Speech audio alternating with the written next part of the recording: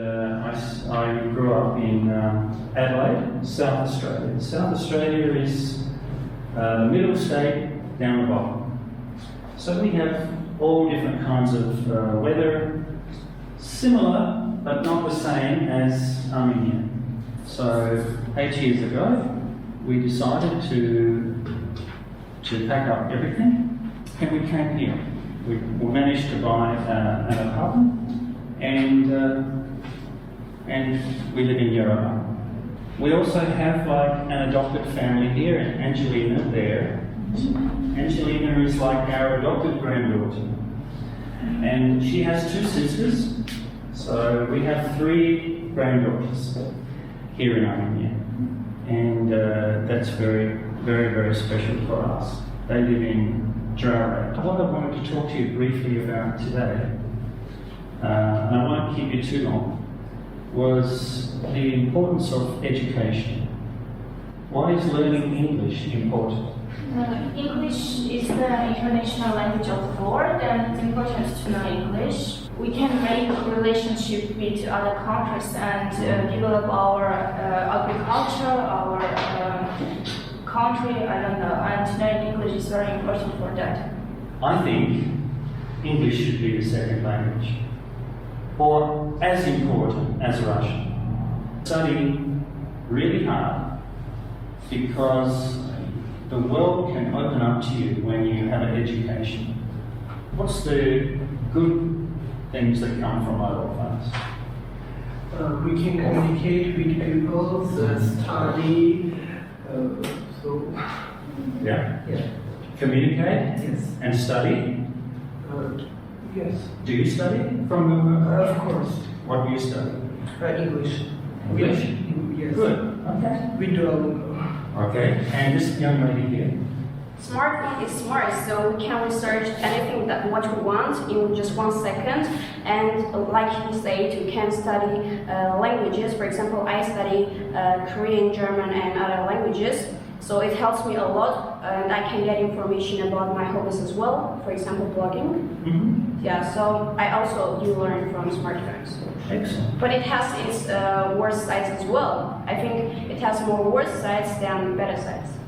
That was going to be my next question. What do you think are some of the not so good things For about it? example, you can get cheated because of smartphone. If you use an app that you are not really, how should I say, you are not used to that app, and you communicate with someone, for example, and you don't know that one, so he might cheat on you, and you don't know that. Or, for example, you can give your email or number and so on, your personality, so say, and I think social media will cheat on you. Yeah. And you Okay. will not notice. So we can say that it can be a great educational tool, but it can also be dangerous, especially with things like social media, because you can get involved very easily with not so good things, even not so good people who you don't even know, who might want to do some harm to you or whatever. We don't want that.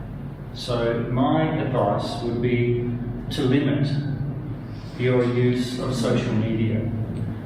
Also, but I'm glad that you said about education, that you're learning something.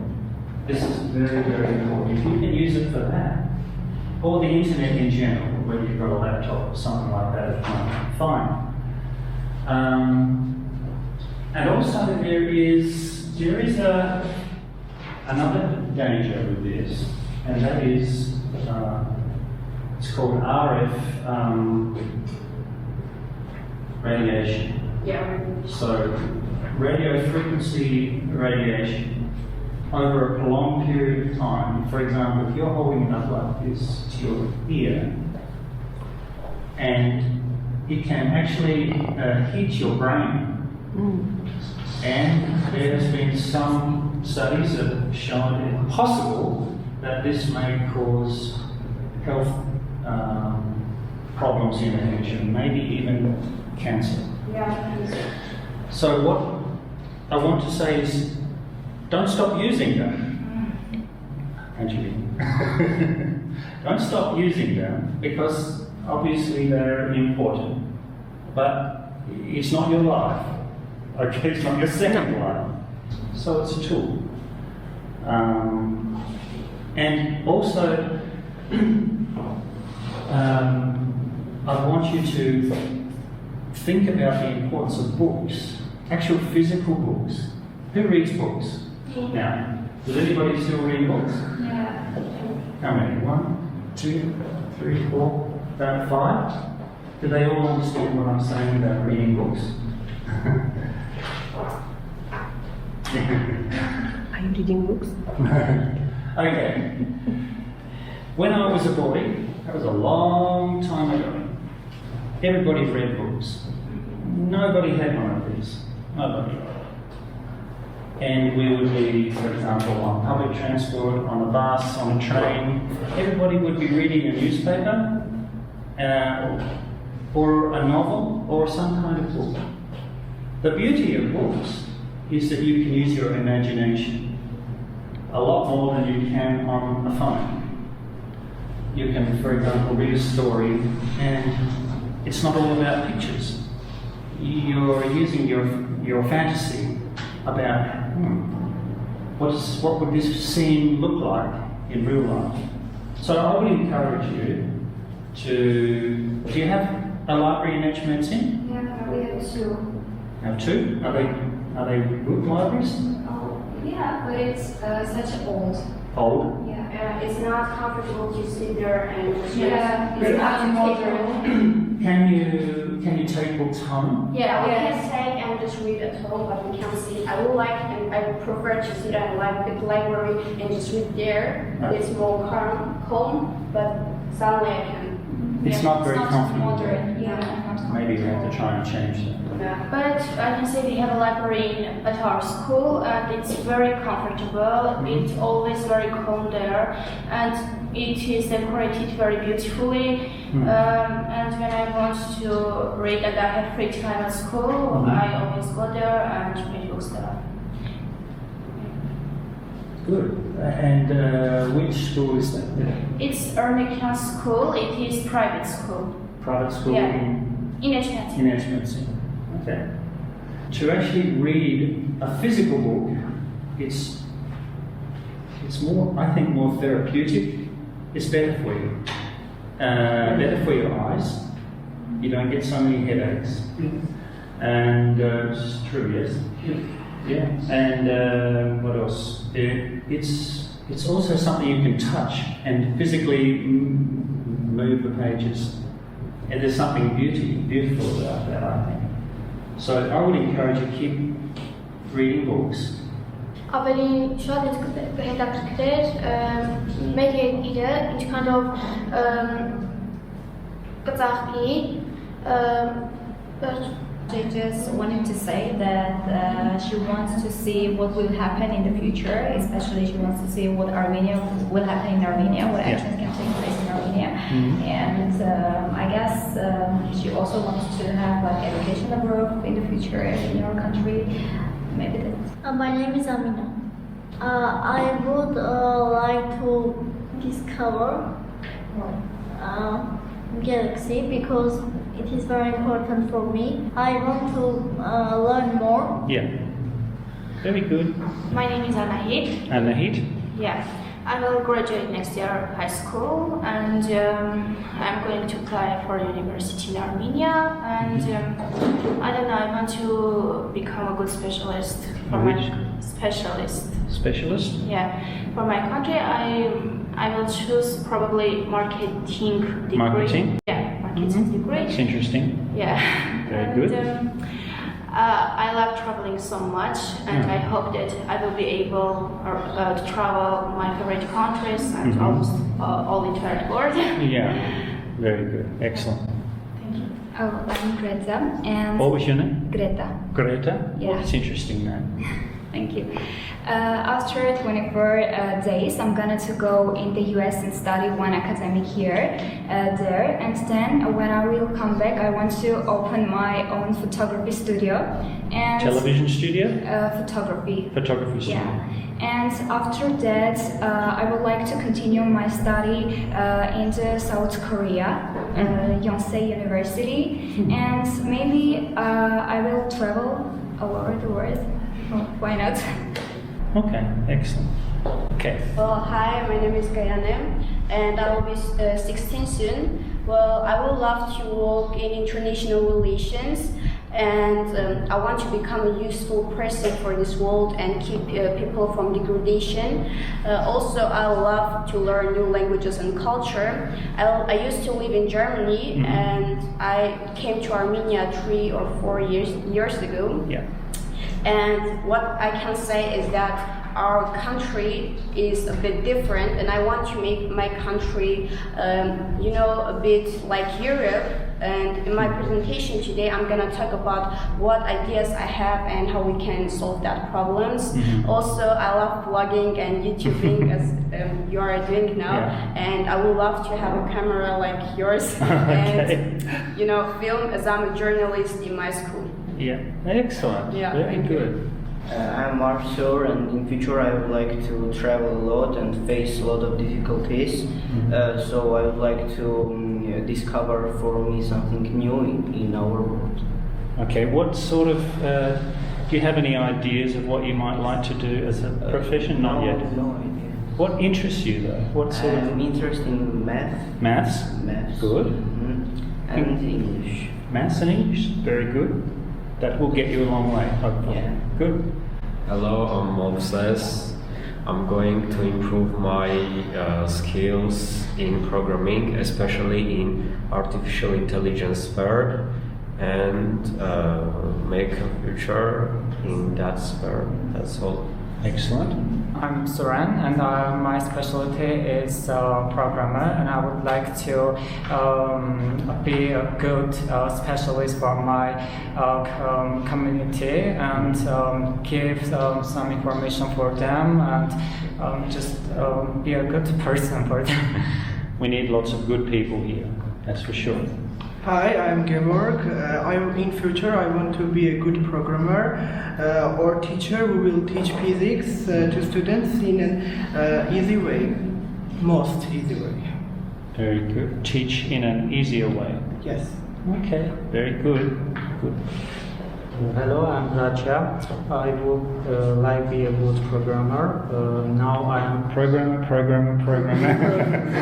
now I'm learning English so that it will be easy for me studying my profession. Very good. Excellent. I'm Susanna. I study in college, sectional programmer, and I want to be a good programmer. Okay, we've got lots of programmers in Etchmiadzin, yes? Okay. One of the centre's teachers is Tatev. Is that correct? Tatev, would you like to tell us a little bit about I would like to be a good specialist in order to help children to learn English very well, because I know that it is very important. Very good. And we've got one person left here, and that's Angelina. Angelina. I want to be programmer. You want to be a programmer too? No, that's not what you told me. I want to really encourage all of you to do your best, to be the best human beings you can possibly be. This is the most important thing in life, is to be a good human being. I wish you all the best for the future, because I see you as the future of this country. Which kind of programs do you use for making diaspora returning to our country? I have lots of connections through the diaspora, and particularly the diaspora, and also I've been on some radio interviews. Bloggers have also filmed what I do, and we hope to get the message out to the world that way. Also through our channel, Armenian Life with Mitch. We try to present what it's like to actually live and work in this country. Does it increase the number of Armenians that wants to return home? We would like to hope so. We had one very amazing man from Canada.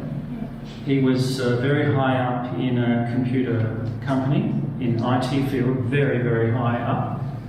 And he contacted me through the channel and said, would it be possible for me to come and live here? What are the challenges, etc.? And I told him honestly what challenges that he would face. And he and his family decided to come. So they were living in, of all places, they lived in Dilijan. But he was able to do that because he could work online. He loved Armenia so much and wanted to help in some way. He was helping our government in the area of digital transformation. His specialty is transforming companies into digital, their processes into digital, and he's the top expert in this in maybe all of the world. And he was giving his time for free to the government. He would do this in his spare time. Armenians are Armenians whether they live here or whether they're from the diaspora. We're not enemies. We're one family. And we need them as much as they need to be here with us. I'm not saying all of them can come back. No, that's not the reality. But some who have this expertise, they can come with their skills and help us. We just need to learn how to do things better, more efficiently, and value each other. Are there really many spiders in Australia? I want to visit Australia, but I have arachnophobia. Are there many spiders? Spiders. Spiders? Yes, there are lots of spiders. There are some deadly snakes, things like that. But generally, you don't see them. They are more afraid of you than you are of them. When you first came to Armenia, mention one thing which attracted your attention first. Mount Ararat.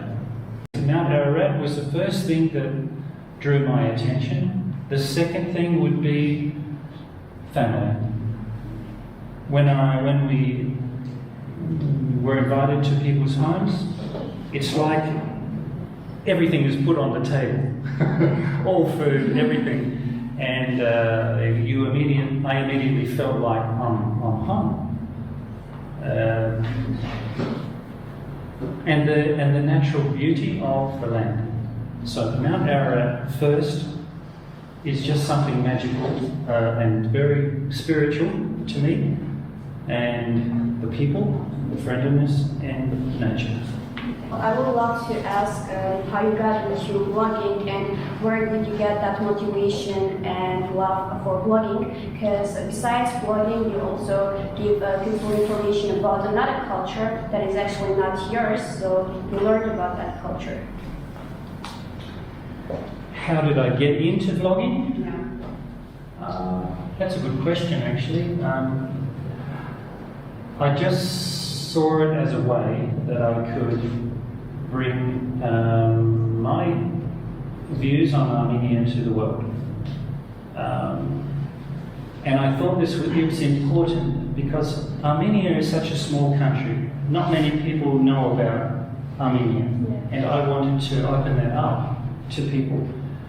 And the result of that has been that I've been contacted by many people who are not Armenian and they want to come here. Not always to live, but some want to come and live. And I have to tell them, that's a beautiful idea, but you have to understand if you're not from Armenian background, you're going to have to learn the language. Unlike me, because I rely on my wife to translate everything. If a non-Armenian wants to come and live here, they're going to have to learn the language. But the beauty is I've been able to communicate, and I don't have a great big audience, but that's not the thing. the content that counts, I think. We see a lot of things on YouTube that are very, very dangerous, and really you think, why are they doing this? Yes. Why? To get news. So I want to give, my idea is that I want to be authentic. I want to tell what the world about real life here in Armenia, not artificial life. Yes? How do you feel yourself in Australia and Armenia? And do you have the same feelings in Australia and Armenia? That's a good question, actually. Do I have the same feelings? No. It's a different feeling. I have a better feeling here. Like I said before, I love my homeland. My homeland is Australia. It's where I was born, it's where I was raised, so obviously I still love it. But there are a lot of things that I don't love so much about it. We've lost something that I knew as a child when life seemed to be a lot safer in the Western world, in Australia, and it's not anymore so safe. Here, I can feel freedom. I can feel a sense of family. Okay, of course it exists in Australia, but it's different. So I have a different feeling about Armenia, but in a good way. Yes. Why it is difficult for you to speak or understand Armenian? Because I mean, you know, it's a long time since you're living here, but you can still speak. Angelina had tried to help me, Teach you? teach me, but I'm a bad student, and I don't know. I think maybe something to do with my age, also. And here's another thing that I think is important for you all, is when I was young, your age and younger, I never learned a second language. I think if I had learned a second language at school, it would have given me the ability to learn Armenian easier. So, to my shame, I can't speak, but maybe one day I will. We all know that Armenians are so much different from Europeans, I mean the points of view, and it's really interesting when you got here. Was it difficult for you to adapt with Armenians, with their points of view? I mean, how do you see the difference in point of view? yeah, I mean our traditions are so different. Yeah. Europeans are more open-minded, I can say, and Armenians are not. Look, that's a very good question. I think we, as a nation, when I say we, I'm talking about Armenians, because I consider myself Armenian, even though I don't speak that language. Don't tell anybody. I think we have a problem in communicating with the world. We have a problem communicating our history, our tradition, even our problems with the world. We can't articulate well enough, speak well enough. That's why English is really, really important. The difference in values, let me tell you honestly that as I said before, the family unit in European countries is disintegrating. So when you talk about values, we're losing traditional values, which I think are really, really important. We have problems in families here, I know that. They exist all over the world. But in general, I love the way there are 1, 2, 3, sometimes 4 generations living under one roof. We don't do that in the West. When our parents get old, we put them in nursing home. Do you think that's better? No, of course not. I don't think so either. I understand that sometimes when older people get very, very sick, they need special care. But when they just get older, like maybe I'm getting older, I don't want to go into a nursing home. If I went back to Australia, that's where I'd go. And I don't want that. I saw what happened to my own mother when she went to a nursing home. Very quickly, her health went down, down, down, down. Why? Because she was detached from family. That's why family is really, really important, because Angelina, she's our granddaughter. My wife and I get great pleasure out of being with her and her sisters. We're learning from her, and maybe she's learning something from us. But when you remove that older person from the family, I think it's not good. So, yes, there are different other things that we could talk about, but we could go on and on and on. Yeah. But certainly what we can do better is learn to cooperate with each other better. Yeah. We have to do that. We shouldn't just think that we know all the answers.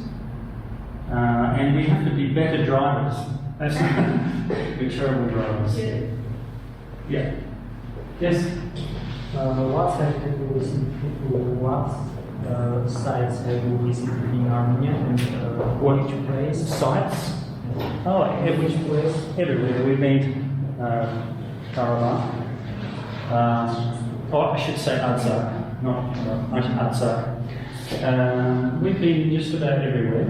So anywhere where there's mountains, we love. So what about gender equality?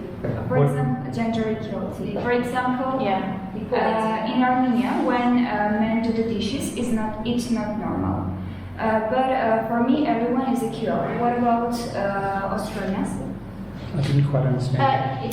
She asking question, does men in Armenia men are going to do dishes? Is it normal in Australia? Yes. This is a good question. Yes. Oh boy. I think this is... okay, so in answer to your question, men in Australia would do much more of the housework than men do here. I think most men in Armenia would do zero housework.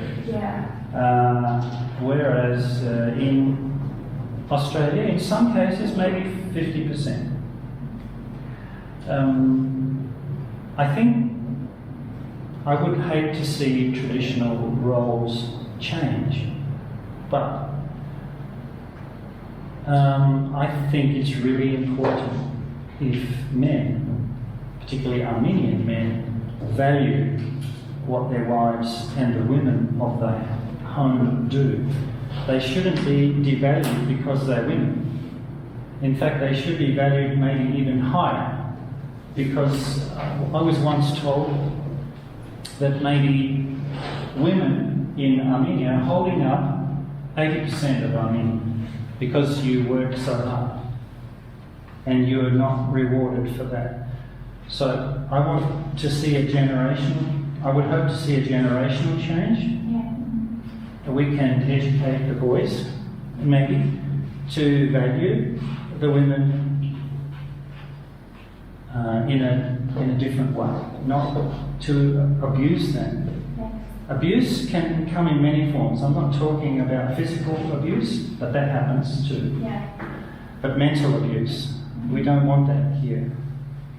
So I would hope that we can keep the traditional values, but learn to appreciate each other better. It's a good question, really good question. How do you motivate yourself to overcome difficulties? How do we overcome difficulties? It's a great question. That's a great question. You all live in Etchmiadzin? Yes. What is Etchmiadzin famous for? Churches. Churches, yes. Is there one particular church that is famous? No. Yes, but there is one particular church in Etchmiadzin that is The main church? Yes. That's part of the reason, that's the answer to your question. So it's my faith, my Christian faith, is not different to yours in Armenia. It's the same. So I believe in that, I believe in God, and I believe that He can do all things. So when I get discouraged, when I get sad, when I sometimes think, well, what's the point? It's too difficult. It's too difficult. People don't understand. I give up. I always think about God. Saint Paul, he was not one of the Jesus' disciples, but he was like a disciple, and he wrote many books in the Bible, Saint Paulus. And one of the verses that he wrote was, I can do all things through Christ, that's Jesus, who strengthens me, or who gives me strength. In other words, He gives me strength. And that's how I feel. I feel He gives me strength when I don't have strength of my own.